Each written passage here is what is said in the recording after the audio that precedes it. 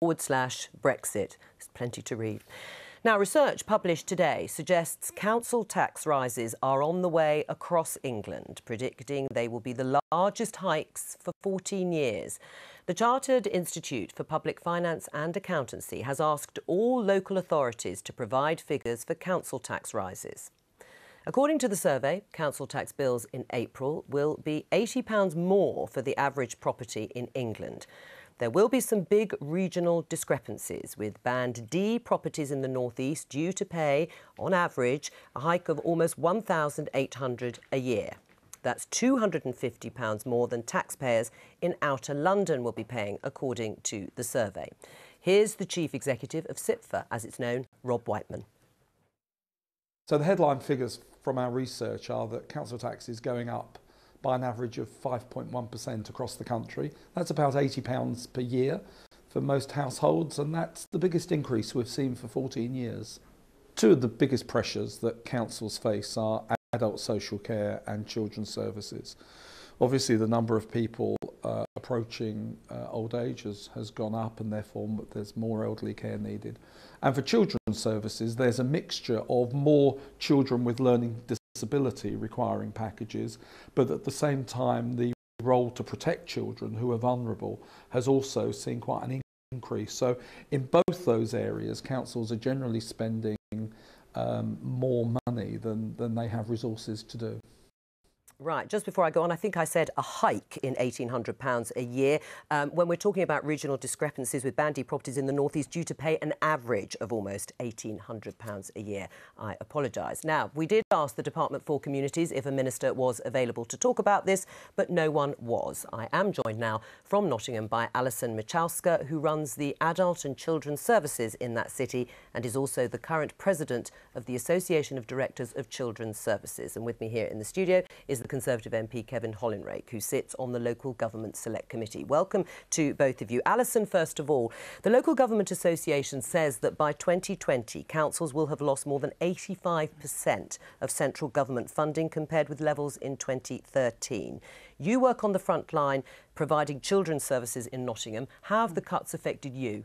Well, they've had an absolute devastating impact, not just in Nottingham City, but actually up and down the country. Because what we see in places like Nottingham is that as the government grants are reducing, and although council tax is going up, in the poorest areas like Nottingham City, that raises the least money. Nottingham City, like many places, is very, very deprived. We have estimated around 60% of our families live in poverty. So what we know is that a council tax rise raises the least money in places like Nottingham.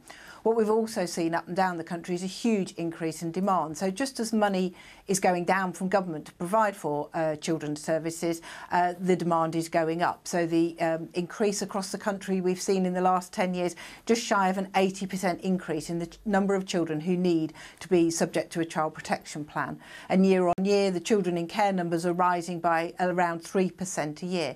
And they, of course, are the most expensive services. And what councils like Nottingham are having to do up and down the country is to reduce its early help and early intervention services. Right. And that means that actually we are not able to help children and families early, and unfortunately then they reach crisis, and that's when we need to be intervening with our most expensive levels of service. Right, so you've said that the council tax rises will help a bit, but as you've also said, it raises the least money in some of the most deprived areas. Absolutely. So what do you actually want to see the government doing?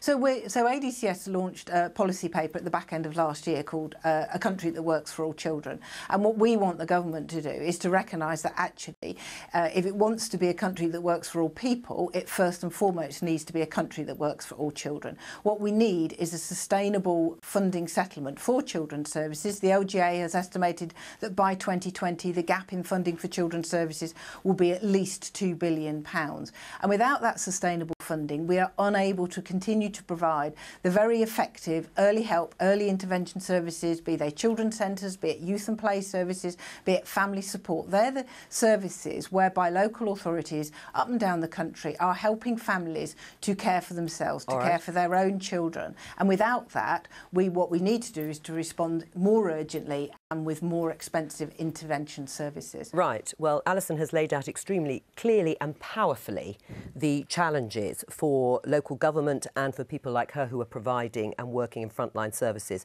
What are you going to do about it? Well, I agree with lots of things that Alison said. In 2016, the Secretary of State did give a 4-year funding settlement for local authorities. But it's really not enough, as you've heard. Well, there's a real terms increase between 2018 and 2020. But let's put this in context in terms of our national finances. Our national finances, we are still spending far too much. We are spending 40 billion pounds every year more than we're collecting in taxes. That was 150 billion when we took over the economy, running the economy in 2010. At the same time, we've halved unemployment, and we're one of the fastest growing economies in the G7. So why are there these sorts of problems then facing the country and the government? Local authorities, like every other department of government, has to look at its own cost, has to become more efficient. Nottingham itself was just saved £27 million every year in terms of efficiencies. So local authorities have become more efficient. Right. So they've fulfilled what the governments have set to them. They have cut services and spending to the bone. There is no more. And we have had a succession of local government representatives saying that. Conservative, Labour, Liberal Democrat, right across the board. And so what are you going to do? It's not enough to say, look at the context, that we are spending X amount of money and it's gone up in real terms. Well, there are far more elderly people. Absolutely. There are far more children with complex needs. So to say that you're going to continue cutting doesn't answer that question. I didn't say that. Well, the local government is seeing a real terms increase in its funding over the next 4 years of this current spending round, which over the next 2 years of that left. Beyond that, you're absolutely right. There's two things we need to do. The biggest pressure local authorities are getting, which accounts for about 34% of its spending, is adult social care. We need a long-term sustainable model for funding of adult social care. We need to put next to £9.4 billion in for this spending round, but we need to put more money in the futures. I personally think we should look for a social insurance solution to adult social care, but that's something we need to get right. The other thing we need to do, and your clip earlier illustrated it perfectly, is the funding of local authorities is totally unfair. So Nottingham gets around £800 per person per year in terms of funding, whereas parts of London, wealthy parts of London, get £1,100 a year to spend. That is simply not right. So what the government's committed to do is put in a new fairer funding review to make sure all areas get a fair amount of funding. Less. No, absolutely not. More. It will be more money. But it will be fairer, so people like Alison can do the good job that they do with the right amount of resources. Alison, do you like what you've heard from Kevin?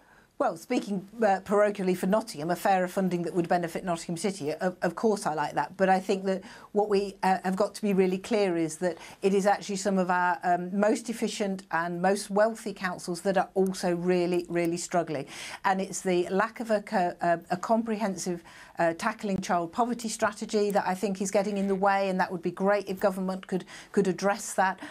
But it is about, yes, money is going up in some areas, but it's not going up anywhere near as the level of demand and the level of need that we have, and that is across adults and children's services. You've listened to the debate here. Do you think it's fair that council tax goes up, that the government is trying to get local government to make those decisions, to distance themselves, some would argue, from painful decisions that are being made at a local level? Do you think it's right the constituents should pay more, perhaps up to 5% more? Well, I think there's a good case for people like me paying a bit more, perhaps, but I'm not sure about how fair a council tax is. I'm sorry for beating my drum, but what really sticks in my craw listening to what Alison said is the fact that we're talking about paying £10 billion a year. We are paying that now to the EU, and Alison only needs £2 billion. And a lot of people have been saying what we pay to the EU isn't much, but it should be allocated to this country. So what do you say to that? Brexit point for you. Well, it'd be interesting to see what happens in terms of Brexit, in terms of whether there's any damage to the economy, or whether that £10 billion we can spend in other areas. And it's been promised to a number of different areas already. But I think we've got to look at local government financing in isolation, and that's got to be about fairer funding, so everybody gets a fair amount for the needs of that local area, but also the fact that we have a sustainable model for adult social care. Should there be a re-evaluation of council tax properties? I don't think that is the principal problem. Right. I think it's about distributing the money more fairly. All right. Alison and Kevin, thank you both very much. After